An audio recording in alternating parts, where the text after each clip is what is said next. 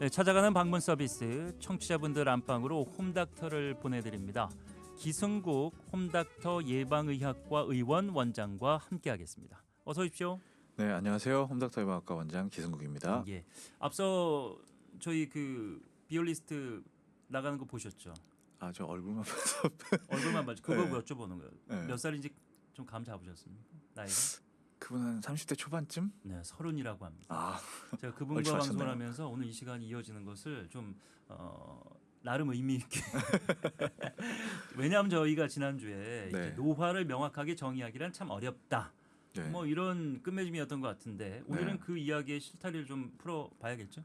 네, 사실은 우리가 늙는다 예. 아주 일상적으로 얘기하지만 사실은 늙는 게 뭔지에 관해서 얘기해보라고 하면 아마 말할 수 있는 사람은 거의 없을 거예요. 뭐지 뭐 그때도 말씀드렸지만 주름이 가는 건가? 사실 이런 그냥 대략적인 외향적인 특성만 얘기할 뿐이지 그 구체적인 것에 관해서는 다들 그냥 그러려니 생각하고 그렇죠. 네, 거기에서 구체적으로 생각해 보신 분들도 없을 거예요. 그래서 오늘 그 얘기를 조금 더 구체적으로 얘기해 보려고 합니다. 어찌 보면 좀 그 느낌의 영역인 것 같아요. 앞서 그 네. 30살 청년과 저희도 그럴 때가 있었잖아요. 아, 그렇죠. 풋풋하고 신선하고 네. 그냥 왠지 좋은 냄새가 날 것 같고 네. 향수를 안 뿌려도. 네, 이게 사실은 그 요즘 좀 들어서 그 노세 젊어서 노세 그거 있잖아요. 예. 그 노래. 예.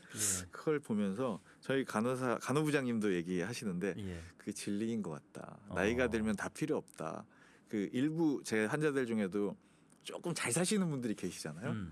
그런 분들도 눕게 되면은 돈이 다 필요 없다. 단이 다 필요 없어지시더라고요. 네. 노는 것도 에너지와 체력이 필요하다. 네, 그렇죠. 예. 자, 노화는 막연히 늙고 약해지는 현상이 아니다. 우리 몸속에서 일어나는 복잡하고 정교한 과정이다.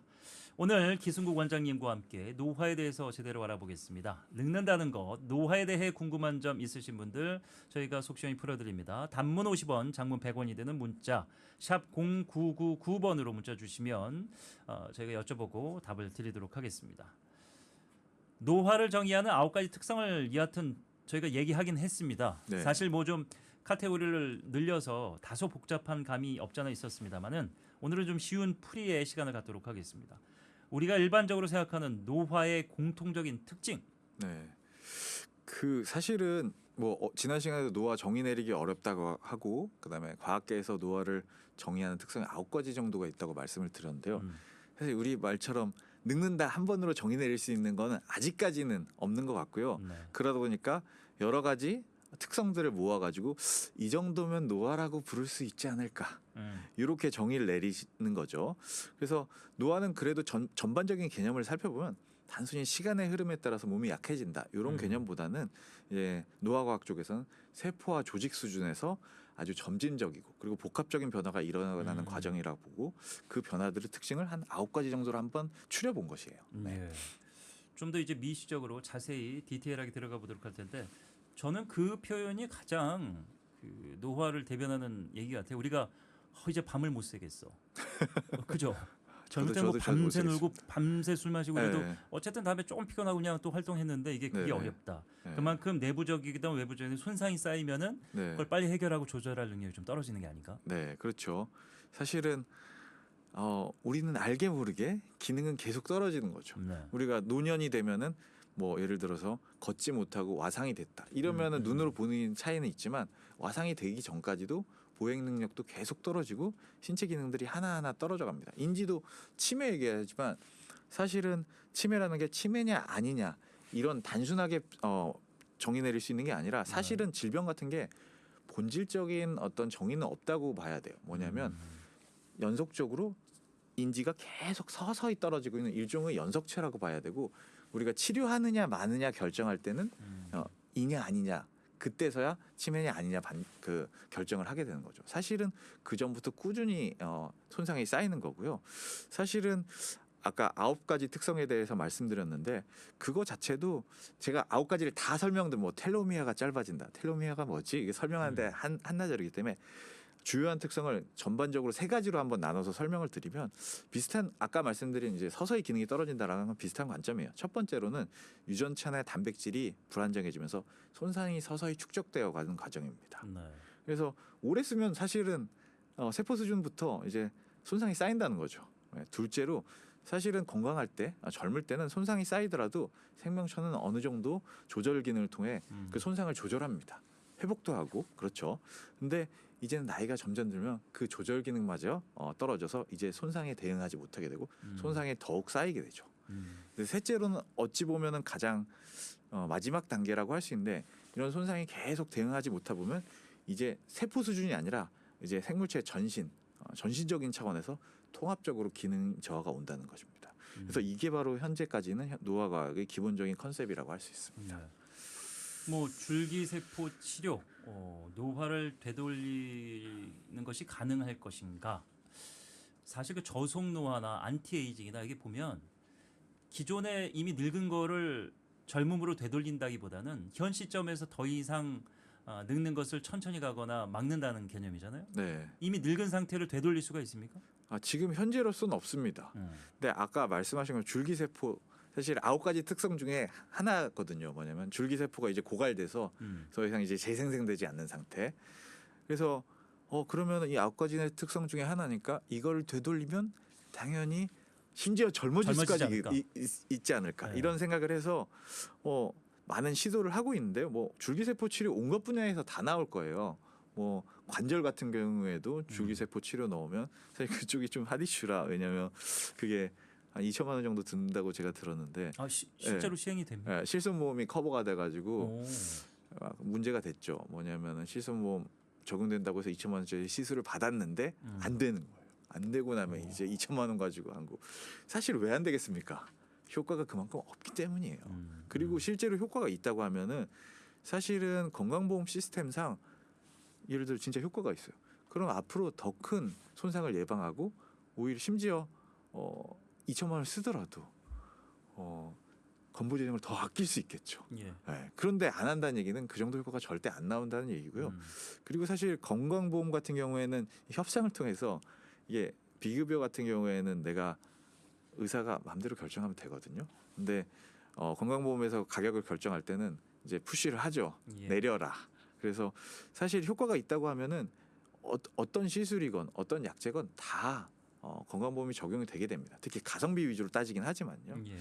그래서 지금까지 건강보험 적용되는 줄기세포 치료, 항노화 치료가 없죠. 다들 뭐 기능의학, 저는 기능의학은 의학이 아니라고 생각하는데 그런 식으로 다들 비급여로 의사가 결정하는 가격에 따라서 시술이나 약물을 복용하고 있는데 사실은 검증받은 치료는 없다고 보는 게 맞을 것 같아요. 그래서 제가 극단적으로 얘기하면 이제 줄기세포 치료를 받는다. 그건 환자보다는 의사를 위한 것이다. 이런 생각입니다. 예. 예. 뭐 관련 업계에서 굉장히 지금 부글부글 할 수도 있는데 항의와도 상관없습니까? 뭐 그거야. 저는 사실은 네. 그런 쪽에 워낙 사실은 뭐 사실 최근에 팩트를 얘기하는 거니까. 팩트를 얘기하는 거기도 하고 제가 이번에 예방학과 의사회를 만들어서 이제 10월에 총회를 하고 제가 회장이 되게 되는데요. 예. 거기서 나온 얘기 중에 하나가 아나운서님은 예방학 하면 뭐가 떠오르세요? 예방의학. 네. 그 질병에 좀 더 강한 네. 신체를 만드는 뭐 네. 그런 식으로 예. 다들 그렇게 많이 하시면서 예. 시도하는 거는 저 같은 예방학과 의사를 만나는 게 아니라 건강 보조식품을 먹는다든지 이상한 항노화 치료를 많이 받잖아요. 그러니까요. 네. 근데 사실 예방학과 의사에서 나온 게 그런 사람들이 끼면 나 예방학과 의사에 안 할 거야. 뭐 이런 비타민 사람이 C를 충분히 먹으면은 그것도 과학이 뭐 이것저것 다 안 걸린다. 근데 그것도 거의 이제 비타민 C가 효과가 있다 없다 이런 논문들이 굉장히 교차적으로 나와요. 어떤 건 있다고 하고 어떤 건 없다고. 저는 그러면 효과가 없다고 봅니다. 그럼 예방의학의 본질에서는 네, 그 사실 그런 약간 과학적으로 검증되지 않은 그런 치료 방법이나 의술을 좀 배격하자는 입장이라 사실은 뭐 전반적인 예방학의 흐름과 맞죠. 그래서 이런 걸 해서 비판을 받는다 해도 저희는 뭐 너무 당연한 거라고 근데 생각하기 건강 때문에 보조 식품이라고 그래갖고 이제 네. 약이 네. 편의점에도 있고 네. 무슨 올리브 땡땡 뭐 이런 데도 파는데 네. 그런 것들 먹는 게 그렇다면은 미미하다는 의견에 서 계시는 건가요? 미미할지 아예 효과가 없을지 해가 될지는 사실은 모르죠. 왜냐하면 그거를 과학적으로 검증받거나 뭐 임상시험을 진행한 것이 아니잖아요. 그리고 사실은 아마 뒤에 말씀드리려고 했는데 저는 이제 건강 보조식품이나 이런 걸 먹는 게 일종의 인간은 간사한 마음에서 온다고 생각을 합니다. 뭐 플라시보 효과 이상의 의미가 없다고 그냥 보시는 왜냐하면 거예요? 그보다는 네. 그냥 내가 피땀 흘려서 노력을 해야 되는데 어. 그걸 하지 않고 쉽게 해결해야 먹고 된다. 그냥 자고 나면은 건강해져 있네 이런 식으로 되는 거기 때문에 네네. 사실은 논리적으로 잘 맞지 않잖아요. 이 건강이라는 게 음. 굉장히 중요한 가치고 생명의 본질적인 부분인데 요거 하나 먹고 자고 일어나면 혹은 혈관에 뭘 넣고 자고 일어나면 건강해져 있다. 사실은 이치에 맞지 않는 거죠. 예. 뭐 그거는 그렇다 쳐도 그러면 꼭 먹어야 되는 게 있잖아요. 뭐 지질 이상이 있다든지 혈압이 네. 좀 있다든지 이거는 뭐 네, 그렇죠. 먹어야 되는 약들이 있잖아요. 과학적으로 검증받은 약만을 저희 예방학과 의사에서는 추천을 하려고 하는 거죠. 예.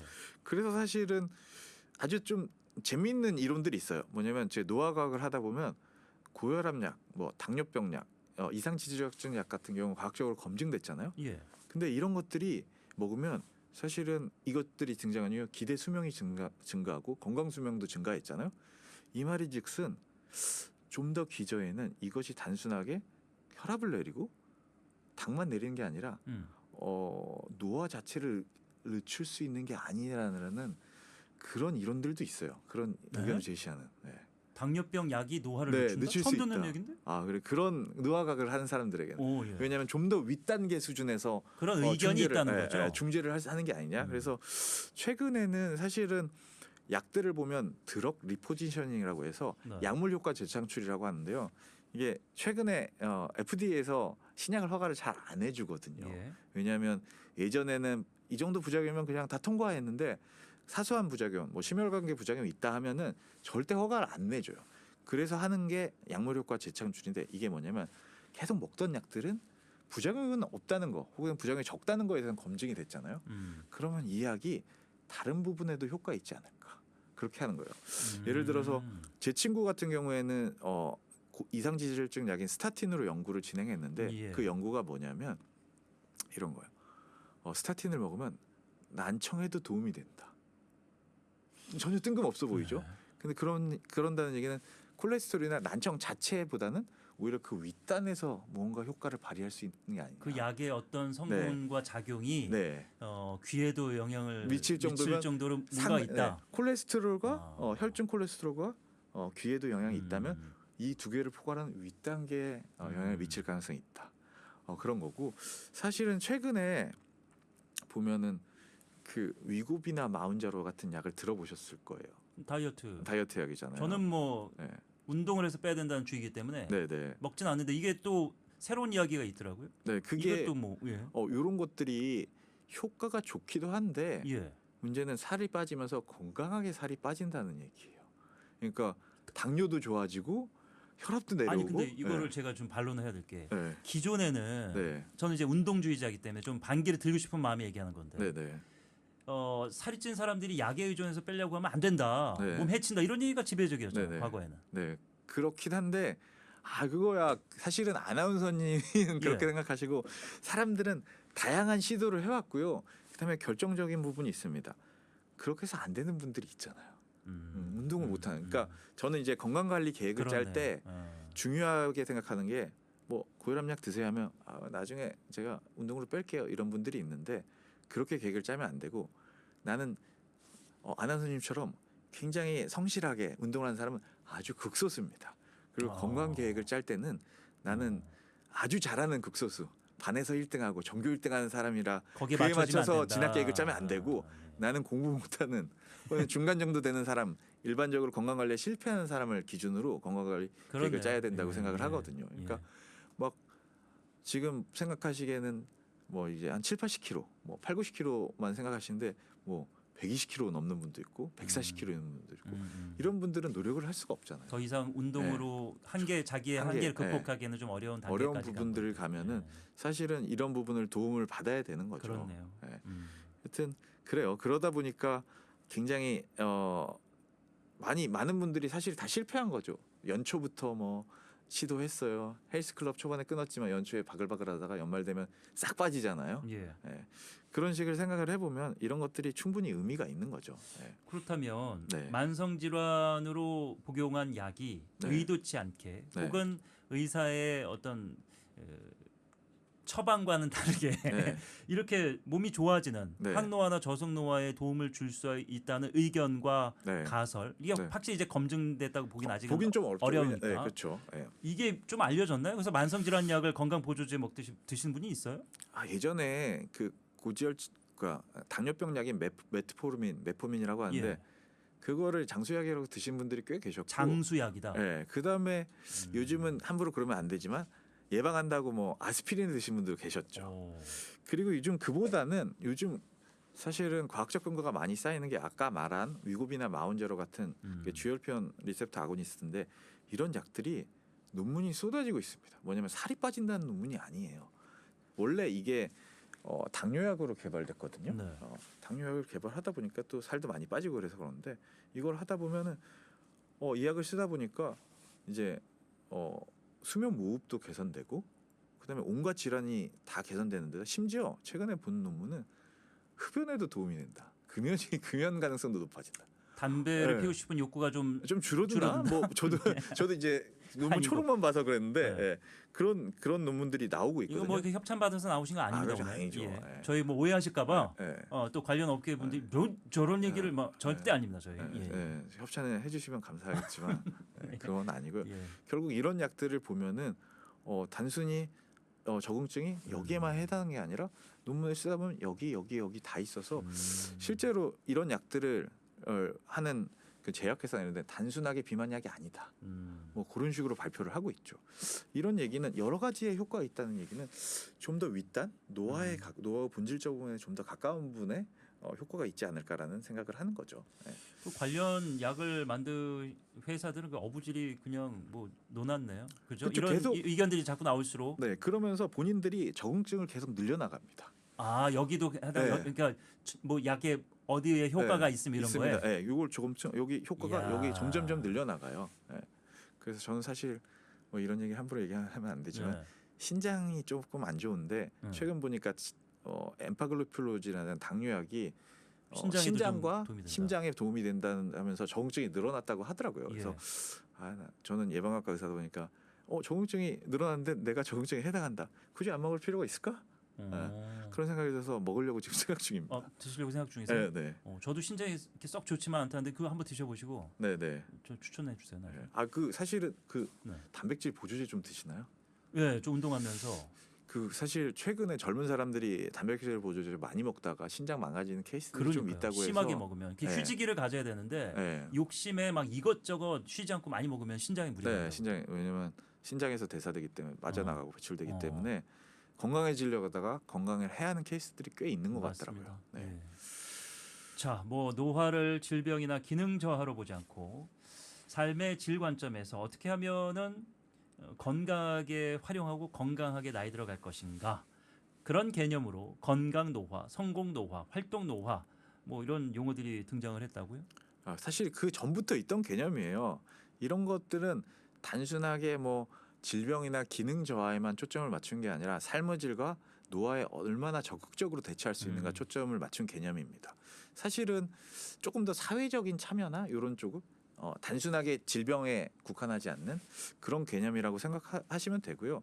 사실 하나하나 살펴볼 수도 있지만 뭐 단순히 뭐 건강 노화는 여기 보시면 단순히 질병이 없다는 게 아니라 신체, 정신, 사회적 기능이 균형을 이루며 가능한 한 독립적인 삶을 영위할 수 있는 상태를 의미하고 뭐 그다음에 성공 노화는 또 뭐 여러 가지 개념이 있어요. 근데 이런 것들이 다 비판은 있어요. 왜냐하면 명확히 드러나는 건 아니잖아요. 이게 지표를 통해서. 그래서 특히 뭐 성공 노화 같은 개념은 누구든 성공하고 누구는 실패냐 이런 식의 비판은 있죠. 예. 근데 다만 노인의학 같은 경우는 노인의학 교과서도 단순하게 노인의학 교과서가 아니라 보면 노인의학과 노인학이라고 붙어 있거든요. 사실은 시간이 지날수록 이제 환경적인 영향을 많이 받기 때문에 노인학과 노인의학은 뗄래야 뗄 수 없는 관계이기 때문에 예. 사실 이런 사회적 참여 개념들도 포괄해서 이해하는 것이 더 현명하다고 할 수 있어요. 예. 청취자 질문 중에 아주 흥미로운 질문이 있어서 하나 드리겠습니다. 네. 문득 궁금한 게 생겼습니다. 왜 쥐는 2, 3년밖에 못 사는데 코끼리는 60년 이상 살잖아요. 뭐 거북이는 더 오래 살죠. 네. 동물들은 왜 기대 수명이 이렇게까지 편차가 심할까? 네. 오래 사는 애들은 특별한 이유가 있습니까? 사실은 이게 일종의 생존 전략과 관련이 있어요. 예. 그래서 조류나 포유류는 일반적으로 개체의 크기가 크면 클수록 오래 삽니다. 왜냐하면 진짜 간단히 생각하면 쥐는 생애 주기를 짧게 가져가요. 왜냐하면 포식자들이 이제 달려들어서 먹힐 수 있잖아요. 그러니까 개체 수를 빨리 늘리고 많이 빨리 낳죠, 한번. 확 소진해서 예, 예. 확 낳고 그다음에 생애 주기를 하면서 돌아 죽는 거고 예. 코끼리나 이런 큰 동물들은 대사율을 낮추고 진짜 코끼리도 한 번에 한 명씩밖에 안 낳고 인간도 마찬가지잖아요. 뭐 대여섯 명 낳으면 이제 뉴스에 나올 정도인데 한 명 낳으면서 천천히 생애 주기를 가져가고 대사율을 낮추고 기대 수명을 늘리는 거죠. 그러다 보니까 사실 크기는 크면 클수록 기대 수명이 길어지는 부분도 있고요. 심지어 최근 연구는 키가 웃으세요. 크면 예. 키가 크면 클수록 예. 오래 산다는 연구도 꽤 있습니다. 제가 더 오래 살겠네요, 그러면. 아 그런가? 그것도 있고 심지어 예. 머리가 크면 클수록 머리가 좋다는 연구도 꽤 그건 있습니다. 옛날부터 있던 얘기예요. 예. 예. 요즘 거의 약간 컨센서스가 있는 것 같아요. 이제 머리 크면 어. 클수록 머리가 좋고 그 다음에 치매도 늦게 걸린다. 예. 오늘 저기 병원 원장님이랑 저희 대화하는 거 맞죠? 예. 예. 이건 연구가 있어서 그런 그러니까 거예요. 이런 얘기들이 네. 현대에 들어와서 우리가 모르던 것들이 드러나면서 네. 그 정설이나 그런 네. 것들 많이 벗어나서 이거 맞아 이런 가십 같은 느낌이 들 정도인데 이게 다 사실로 요즘에는 이제 보여지는 거잖아요. 그렇죠. 사실은 연구라는 게 우리는 굉장히 뭐 아인슈타인 상대성 이런 큰 연구만 얘기를 하지만 네. 사실은 아주 잡다구리한 연구들을 많이 하고 있습니다. 이런 거 쓸데없는 거 이런 것까지 해? 그러니까 저 같은 경우는 이제 학생 지도하거나 그러면 특히 우리 교수님 그러는데 야, 이런 거 해야 돼? 이게 무슨 의미야? 의미 없는 연구는 안 하려고 하는데요. 예. 하다 보면 너무 의미 없는 연구들을 많이 하기도 하고 뭐 노벨상도 있지만 이그 노벨상인가 있어가지고 예. 아주 이상한 연구들을 하는 사람들에게 상도 주기도 하잖아요. 그러니까 사실은 이런 것들도 이거 연구 가치가 있을까 하지만 다 해서 생각보다 많은 부분에 있어서 예. 연구가 나와 있고 그에 대한 어. 과학적 사실들이 좀 쌓여 있긴 해요. 저도 네. 좀 제가 2012년에 연대에서 이제 석사할 때 제 논문 주제가 뭐였는지 아세요? 어떤 똑같은 말을 해도 네. 외모의 차이가 그 네. 사람의 호감도와 신뢰도에 영향을 미치느냐를 연구했거든요. 네. 근데 이게 이 연구 주제를 들고 왔더니 네. 교수님 한 분은 말도 안 되는 소리 한다는 거예요. 이거 연구 거의 밝혀져 있는데. 그죠? 근데 네. 그 이전에 많이 밝혀져 있는 저는 네. 실제로 이제 그걸 보여주고 네. 설문조사를 했었거든요. 근데 너무 세속적이라는 거야. 네. 그래서 반대하시는 거예요. 근데 심리학과나 이런 데서는 충분히 할 많이 만하잖아요. 하고 있는 것도 있고 저는 사회적으로 네. 의미 있다고 생각해요. 저는 신문 방송학이었어서 그런 네. 거예요. 네. 근데- 외모가 좀 되셔서. 예. 근데 다른 교수님이 받아주셔서 저는 이제 성공했는데 네네. 그런 것처럼 그러니까 요즘에 우리가 느끼는 그런 상식과는 좀 다른 차원의 네. 그러니까 지식의 어떤 팩트나 범위를 조금 넓힐 필요가 있다 이런 네, 생각이 그렇죠. 듭니다. 네. 자, 뭐 끝으로 짧게 말씀드려야 되겠어요. 노화와 관련해서 강조하고 싶은 이야기 짧게. 아까 말씀드린 것처럼 불필요한 기능식품 줄이고 네. 처방약을 열심히 먹다 최소한입니다. 그리고 아까 말씀드린 것처럼 이 노력 없이 건강해지고자 하는 욕망을 좀 없애고 스스로 피땀 흘려서 생활습관 관리도 하고 사회활동에도 적극적으로 참여하자. 예.